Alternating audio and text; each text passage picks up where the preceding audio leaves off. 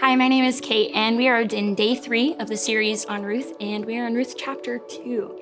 And I love this chapter. I love the lessons that we can learn from Ruth's life. So I just want to quickly recap where Ruth is in this story. She has just left her homeland. She has decided to follow Naomi, even though Naomi isn't blood, and she decides to trust in God. So as a new believer, going into a foreign land with foreign customs and grieving the death of her family, she has to make a decision. The decision to support Naomi, to support their situation, and to find food.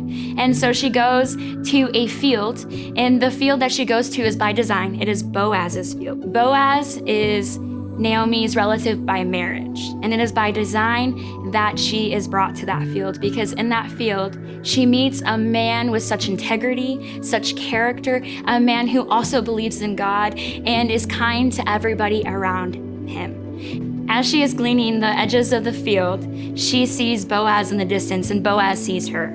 And he asks his workers who she is, and they explain. And so Boaz goes and tells her that he is going to let her take as much as she wants, that she needs to stay only in his field, and that he's going to take care of her.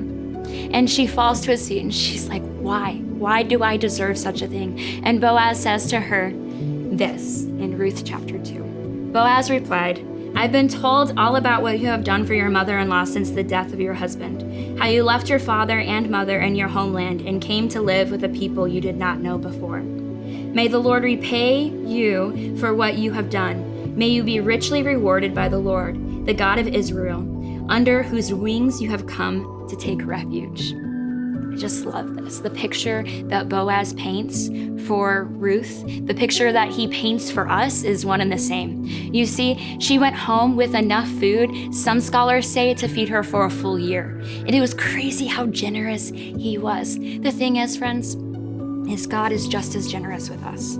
Just as she hid under the wings of God and found protection in the people around her, God wants to do the same for us. Now, you may be sitting there tired and exhausted with where the world is at, with where your emotional level is at. You might feel lonely, estranged from those around you. I want you to know this.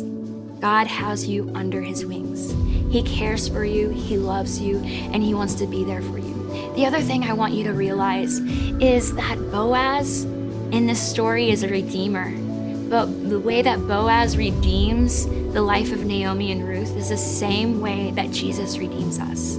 They are one and the same. Jesus wants to come in and change your life. So friends, today I want to encourage you, let him do so and see what happens.